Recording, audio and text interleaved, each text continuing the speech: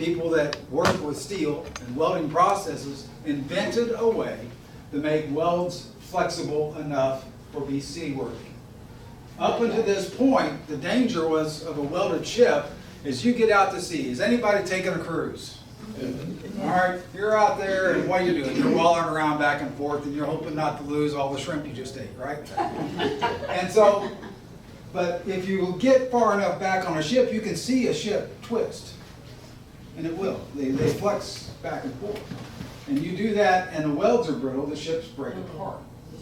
So the welding process invented here in Evansville, executed by young ladies like Evelyn Cox here, is a flexible welding process. And that's part of the story of why 167 LSTs were built here, were very successful here in Evansville. So that's a little bit of backstory on metal speaking. I enjoy volunteering at the museum. I've been doing it for about 3 years.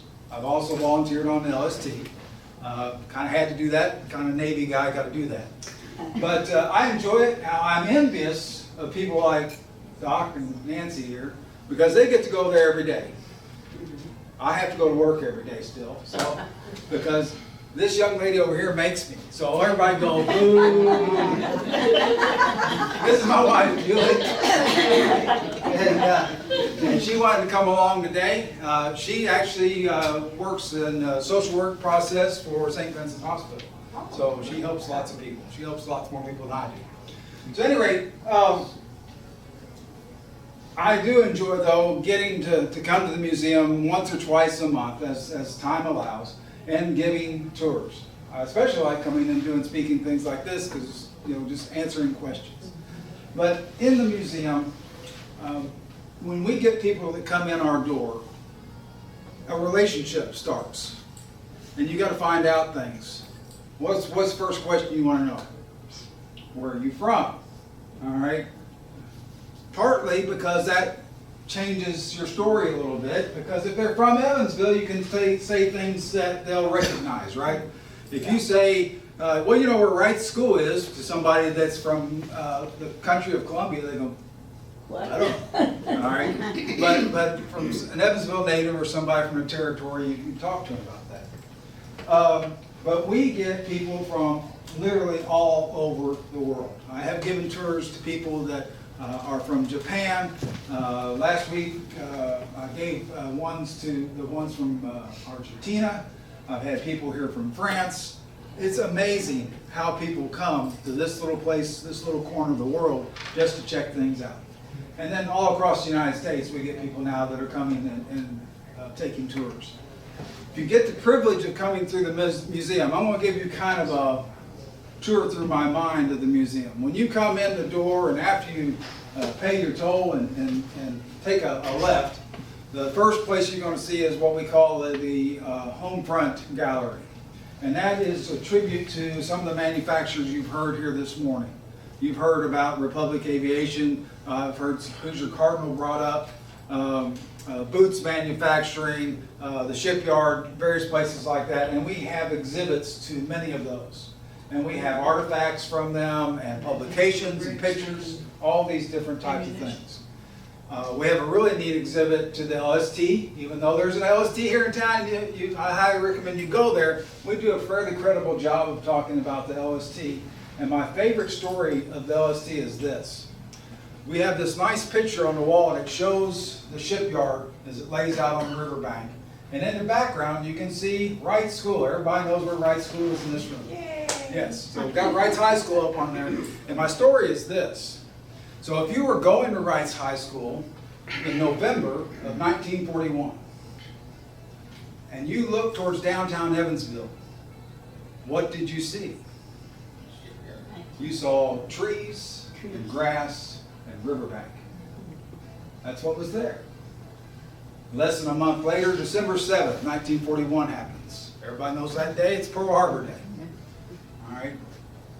Within 6 months, they're building U.S. Navy ships in that grassy field where there was nothing existing. Now, if you notice, I try to hide it. I have a slight twang in my voice because that blue and white emblem over there is me. I'm from across the river. I'm a native Kentuckian. Most of my life, they have been talking about building another bridge across the Wild River. Probably motivated in 6 months, we're building ships. I don't think we're motivated enough to build a bridge, apparently. So at any rate, so you go around the exhibit there for all those tributes. Servel's a great one too. It's true that we have an aircraft factory here, Republic Aviation. Doc said we built 6,200 and some odd planes here and a bunch more in New York, right? We did. But we more true assembled them there because they came in as a group effort to get this thing accomplished. So Servel was making wing parts, and so was Hoosier Cardinal, and the engines were coming from somewhere else, and all that kind of stuff ended up here. By the same token, a lot of stuff we made here went to Wichita, Kansas to make B-29 bombers, all right, or going to other places. So we did all those things. So we have those tributes. You go out into the hangar, and this is where the kids want to go because that's where all the big stuff is. All right, all the fun stuff. Out in the hangar, you'll see a number of exhibits. You'll see a home front kitchen. I call it, when I give the tour, I call it my grandmother's kitchen. Because that's what it sort of looks like. It's got an old gas stove, it's got a Servel refrigerator, it's got a Hoosier cabinet for bread making, it's got a telephone with no dial. And that's fun to talk to the kids about. Because you ask them, how do you call somebody? They're clueless. One of them will look at it and go, well, you go, and then they'll say, but there's no dial on it. I said, no, there's no dial.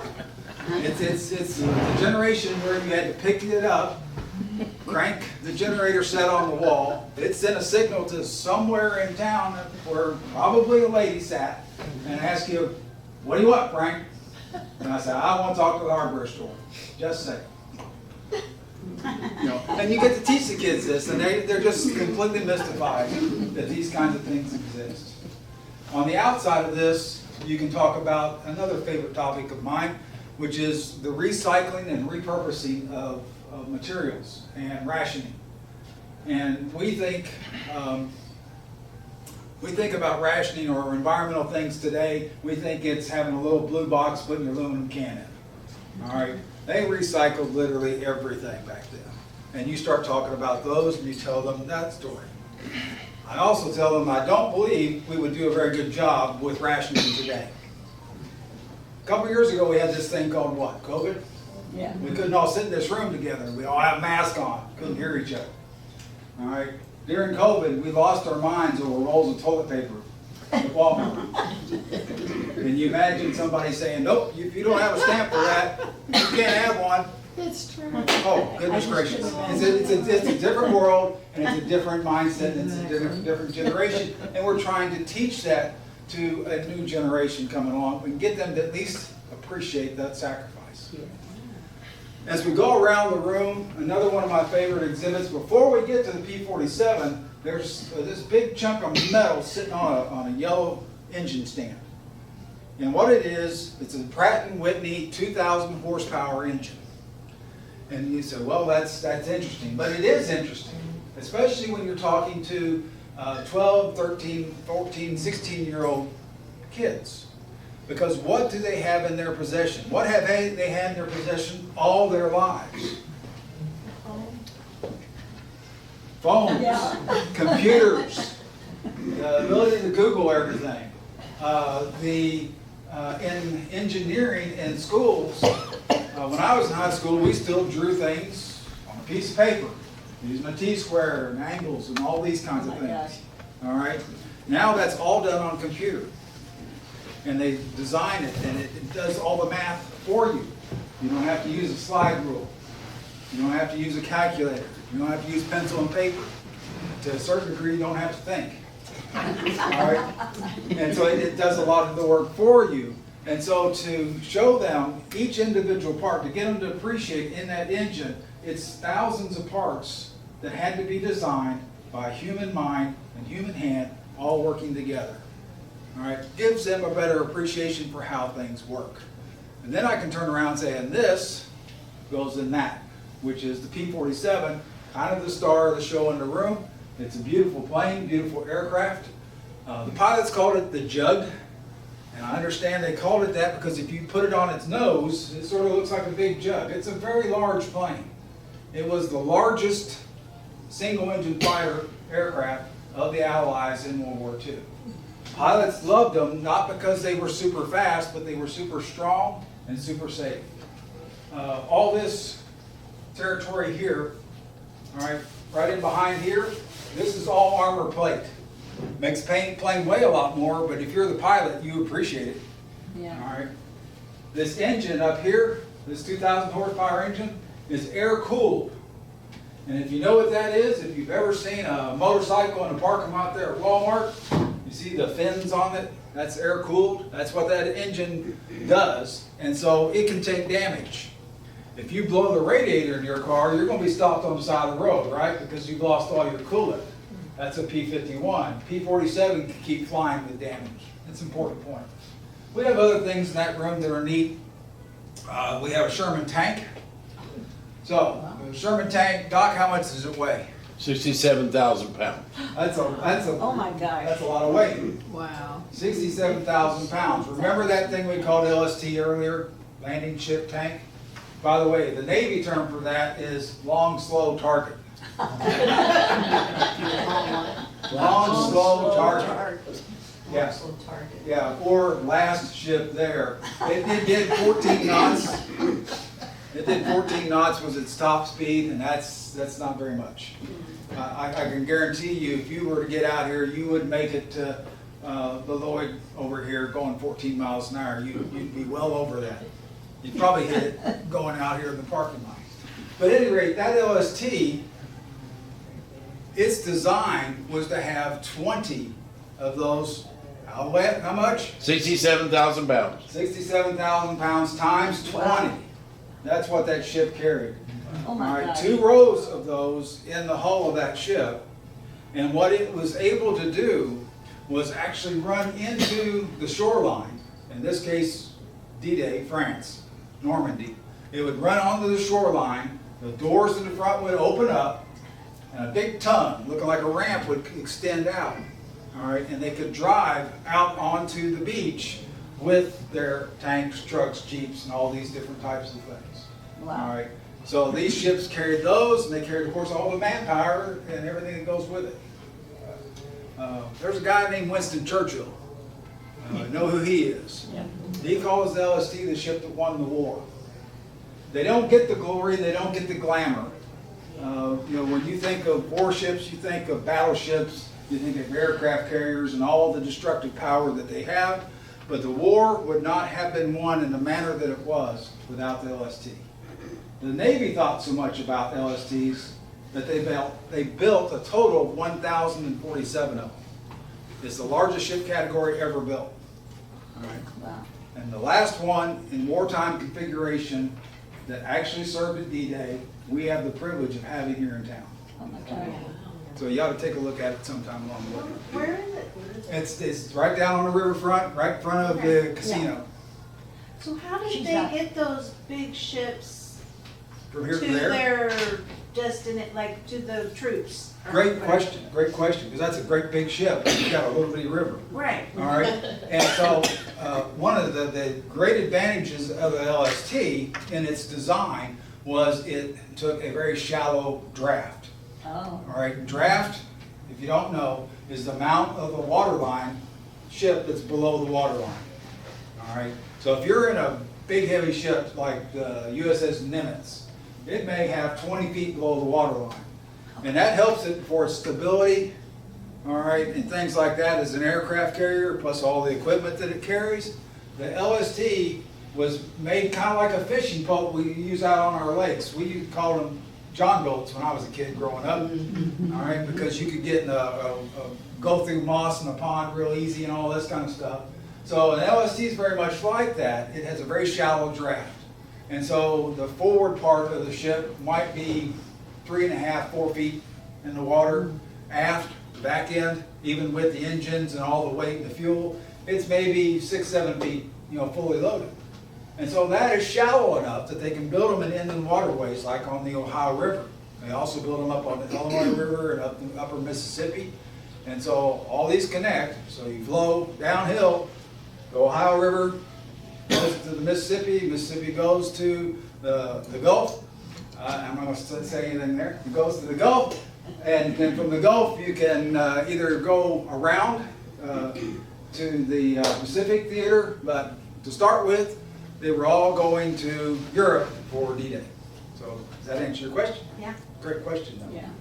All right. So the bottom of them, they were, instead of like coming like this, like. They were fairly They flat, were flat. fairly flat. They were miserable to serve on. Oh, Because you had to have an iron constitution because they wallowed around awful badly. All right, the big ships taking a deeper draft. If you've taken a cruise to Jamaica or someplace like that, those ships are built for stability so that they don't roll and move and everything like that. Because us humans, land lubbers especially, get seasick. All right, and if you're on an LST, you feel every ripple on the ocean, and it's a misery. So, but another good question. Anybody else before I move along? So, as you go around the room, we have the P-47, and people enjoy that. And we do walk around it, touch and feel it. With apologies, I do something that's not allowed. All right? So you can fire me now. Or you can cut my pay if you want, Doc. yeah. So, at any rate, as you walk around, we have another plane. All right, and it's called a Navy Stearman, and it's a training plane, and it's a biplane. And a lot of people, when their first impression is, they think World War II. All right, because we're more familiar with things like that, and I grew up with Snoopy fighting the Red Baron, and then so, at any rate, it's a training plane, and we get to talk about it and its little story and some of the big differences in it. And one of the big differences is its construction, where the P-47 is all riveted, strong aircraft, airframe. The Stearman is wood, cloth, paint, a little bit of metal. And so as you walk by this thing, the thing you're not supposed to do is reach out and touch it. So I reach out and touch it, and I will do, this body can do it. A little bit. Yeah. It sounds like a drum, all right, when you walk by it.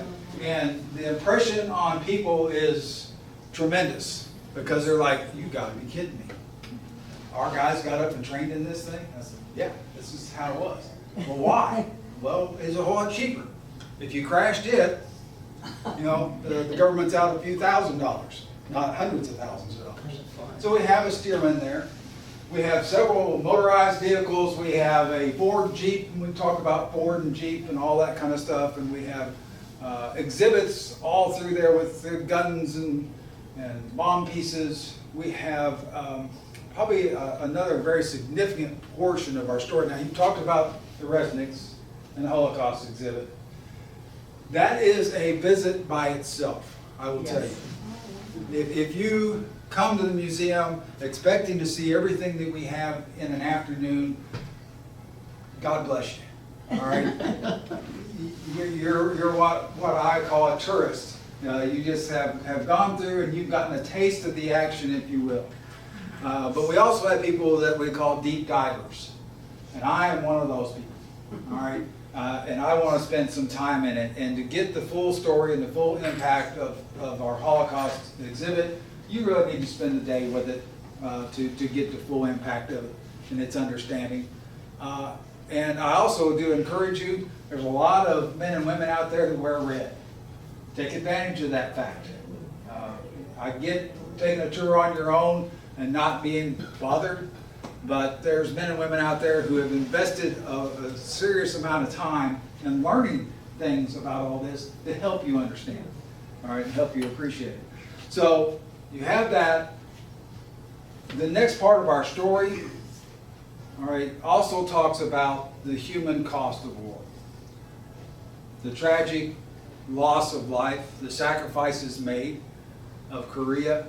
There's exhibits to Korea, there's exhibits to Vietnam veterans, there's exhibits to World War I, and obviously World War II.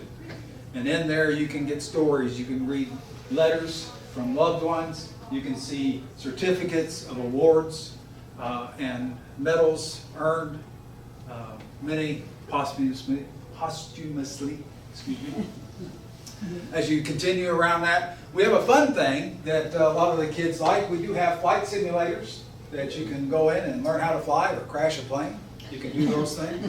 So we have that, and that's included with the ticket, which is unusual. Most museums charge you extra for that kind of stuff. So we do have that.